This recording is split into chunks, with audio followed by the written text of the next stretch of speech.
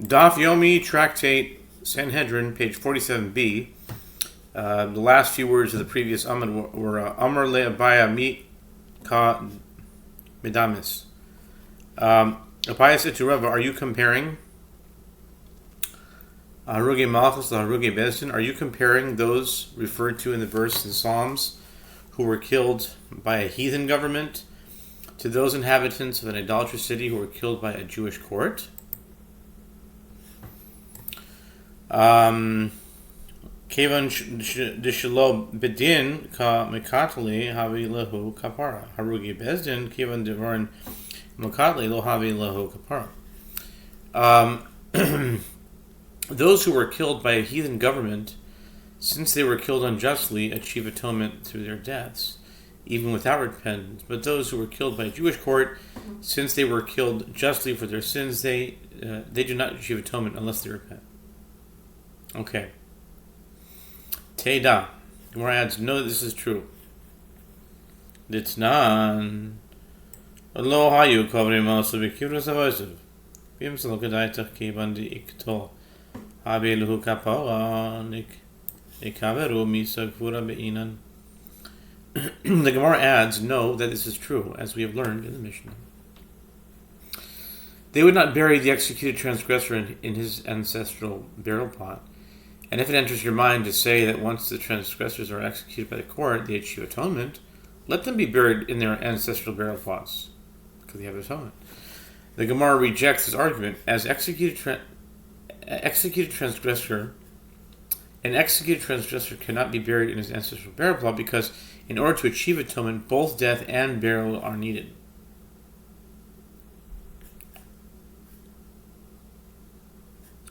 But once he is buried in the graveyard, set aside for the wicked, he achieves full atonement. I think that's part of it, okay? Rava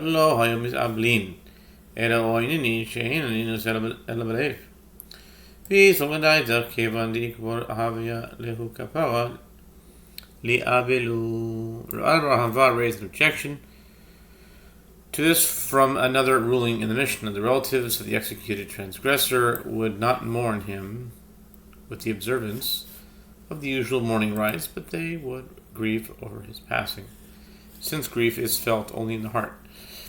And if it enters your mind to say that once the executed transgressors are buried, they achieve atonement, let the relatives of the executed transgressor mourn him as well as he has already achieved atonement. Va'inan nami ikul basar. Daika nami diktani ne'ekal habasar menaktin et ha'atzamot v'kovrin oto bimkoman shmamina. The Gemara refutes this argument. An executed transgressor is not mourned because, in order to achieve atonement, decomposition of his flesh is also needed. Once his flesh has decayed, he has achieved full atonement. The Gemara notes that the language of the Mishnah is also precise, as it teaches, once the flesh of the deceased has decomposed, they would gather his bones and bury them in their proper place in his ancestral burial plot, indicating that with the composition of his flesh, the executed transgressor achieves atonement, so that he may be buried alongside his righteous relatives. The Gemara affirms, learn from the Mishnah, that this is so. Rav Ashi Amar Avelus Me'emasai Komaschila Miseti Masagoilel Kapara Me'emasai Kohavia Me'ki Chazu Tzar Dikiva Purta Hilka Choye V'nitchu. Rav Ashi says that an alternative resolution of the objection raised by Rav Adar may be suggested. When does the obligation of mourning a deceased relative commence? It begins from the time of the sealing of the grave with the grave cover. And when is atonement achieved? Atonement is achieved when the deceased begins to see and experience a bit of the anguish of the grave. Consequently, since the mourning rites were set aside at the time that they should have begun, they remain permanently set aside, even after the executed transgressor has in fact achieved atonement.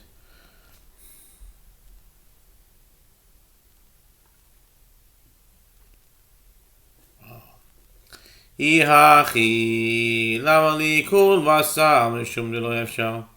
The Gemara asks, if so, as the executed transgressor achieves atonement as soon as he experiences a bit of the anguish of burial, why do I need the composition of his flesh to occur before he can be reburied in his ancestral burial plot?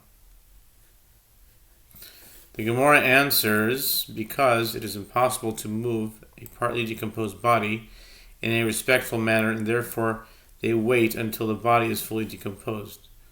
Kavre derav havo shakli b'nei afra leisha sabar yoma asu amru leishmuel amru hu yeus avdin karka olam hu v'karka olam eno neseres tichsiv ve'ashlech es avro al kever b'nei ha'om makish kever b'nei ha'om la'avodah zarah. It was related that people would take dirt from the grave of Rav as a cure for a one-day fever. A number of people came and told Shmuel about this practice, thinking that perhaps the dirt should be forbidden, as one may not derive benefit from a corpse. Shmuel said to them, "They are acting properly, as the dirt in the grave is natural ground, and natural ground does not become forbidden in any situation. As it is written, and he brought out the Asherah from the house of the Lord, and beat it into dust, and cast the dust of it upon the graves of the common people." 2 Kings 23 verse 6. This verse juxtaposes the graves of common people to objects of idol worship.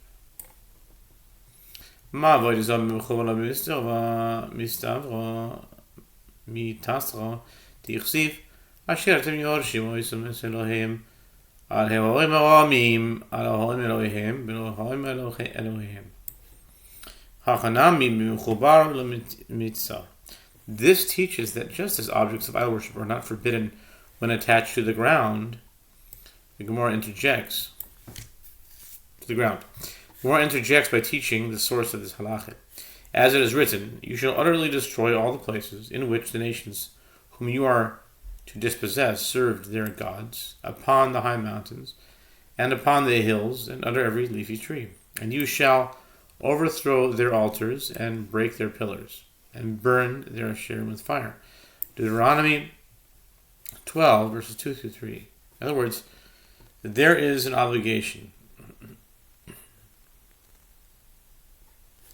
to destroy their gods that are upon the mountains, but there is no obligation to destroy the mountains that are themselves their gods, meaning that if people worship the mountain itself as a god, there is no need to destroy it. Anything that is attached to the ground does not become forbidden. The Gemara resumes the comparison here too. With regard to the prohibition against deriving benefit from a corpse, the dirt in the grave that is attached to the ground does not become forbidden. Meisvei, achoitziv kever le'aviv. Yochav koivroi b'makom echad. Harezel yikaver b'yoi lomis. Hachmaiskin b'kever binyan. The Gemara raises an objection against this ruling from a Braita. If one uses a grave for his deceased father in one place, and then he goes and buries him in a different place, the son may never be buried in the grave that he had dug, as it is prohibited to derive benefit from a grave that had been prepared for another. This indicates that even that which is attached to the ground can become an item from which deriving benefit is prohibited. The Gemara answers with what are we dealing here? We are dealing not with a grave dug in the ground, but with a cave that was constructed above ground out of rocks that were hewn from the ground. In such a case, all the stones used in the construction become forbidden, as they were detached from the ground. Tashima kever chadash mutar behana'ah heitil boy nefel asur behana'ah achmaskian kever binyan. The Gemara suggests, coming here, a different proof from that which was taught in Braita. With regard to a fresh grave that was not designated for anyone in particular, one is permitted to derive benefit from it. But even if a non-viable newborn that died was cast into it, one is prohibited from deriving benefit from the grave. This indicates that even a grave that is attached to the ground can become forbidden.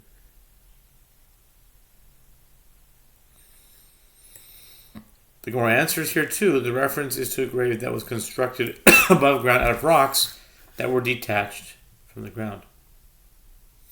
Tashima nimtzeh chaloimel sholosh kevois hein kever nimtzeh kevel hayodua. I just realized that kever is the same letters as boker.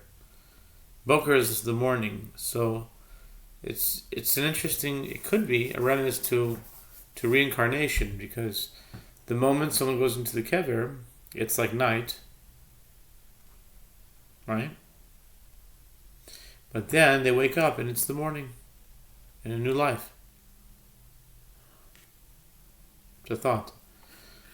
Kever hanimsa kever hayodua kever machzik es rabim. Kever hanimsa mutal lefanoisoi penos bekoimoi tohoil koimoi toh mota v'hano. The Gemara suggests coming near proof from another brayta. It turns out that you say that there are three types of graves, and each one is governed by different halachot with regard to whether or not a corpse may be removed from the grave and buried elsewhere. A newly found grave, a known grave, and a grave that causes damage to the public. How so? With regard to a newly found grave, meaning a grave in which a corpse had been buried without the permission of the property's owner, one is permitted to remove the corpse from the grave and bury it elsewhere. As after he has removed the corpse, the place of the grave is ritually pure, and he is permitted to derive benefit from it. With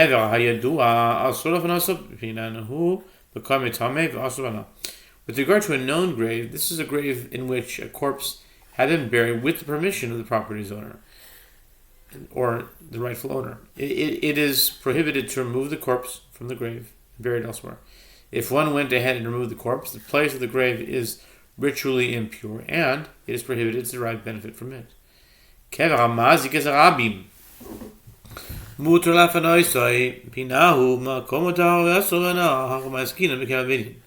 As for a grave that causes damage to the public, this is a grave that was dug on a public road and causes the passers-by to contract ritual impurity. One is permitted to remove the corpse from the grave and bury it elsewhere. After he has removed the corpse, the place is ritually pure, but nevertheless it is prohibited to derive benefit from it. This indicates that even that which is attached to the ground can become forbidden, even after the corpse has been removed from the grave. The Gemara answers here too. The reference is to a grave that was constructed above ground.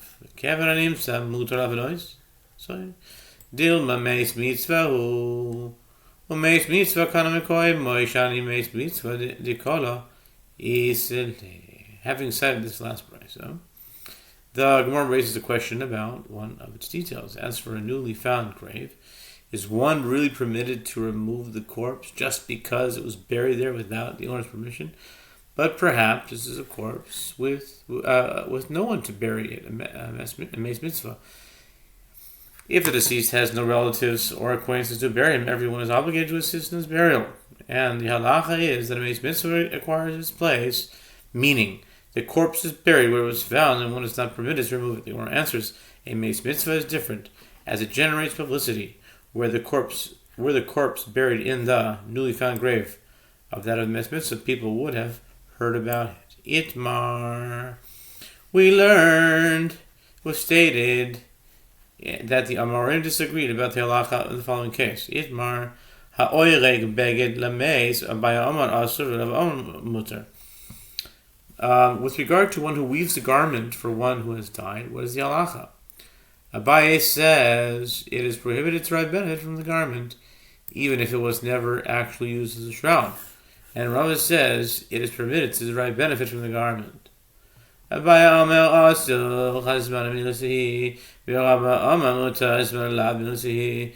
The Gemara explains their respective opinions. Abaye says that one is prohibited from deriving benefit from the garment, since he maintains that mere designation of an item is a significant matter, meaning all the relevant halachot of an item already apply once an item is designated for a specific purpose, whether or not it has been used for that purpose. Therefore, a garment woven for one who had died is forbidden as if it had already been used as a shroud. And Rava says that the garment is permitted as he maintains that mere designation is nothing, and therefore the garment becomes prohibited only once it is actually used as a shroud. My time Abaye Gamar Sham Sham Me'egla Rufa. Ma Egla Rufa Abadma Mistara Hainami Behazbana Mistara. The Gemara explains what is the reason behind the opinion of Abai. He derives a verbal analogy between the word there, written in the context of a grave, from the word there, written in the context of a heifer whose neck is broken. The verse states concerning a grave, and Miriam died there and was buried there. And the verse states concerning a heifer whose neck is broken, and the elders of the city shall bring down the heifer to a hard valley, which is neither plowed nor sown, and shall break the heifer's neck there in the valley. Just as it becomes prohibited to derive benefit from a heifer whose neck is broken through mere designation, as soon as the animal is designated as such, here too, it becomes prohibited to derive benefit from the items relating to a dead person through mere designation. Sham, just.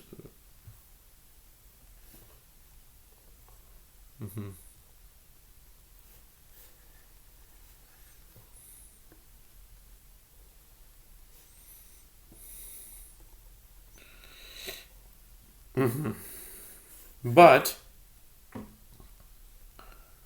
Vrava Gamar Sham Me avoida zara ma avoida zara be'azmana lemistara av hacha nabe be'azmana lemistara. And Rava derives a verbal analogy between the word there, written in the context of a grave, from the word there, written in the context of idol worship. The verse states concerning the objects of idol worship, the places in which the nations serve their gods there. Deuteronomy 12:2. Just as it does not become prohibited to derive benefit from objects of idol worship through mere designation, but only through actual ritual worship, so too, here it does not become prohibited to derive benefit from items relating to a deceased person through mere designation.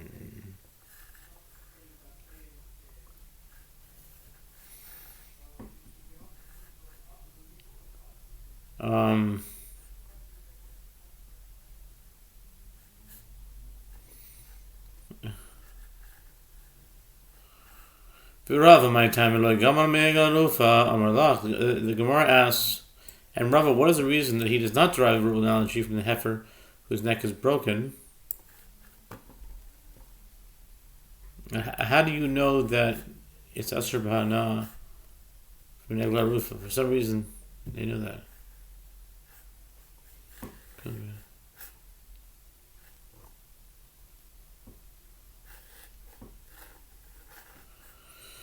The Gemara goes on, answers Rava could have said to you, explain Rava's reason. We'll continue, God willing, tomorrow, our next daf. Wow.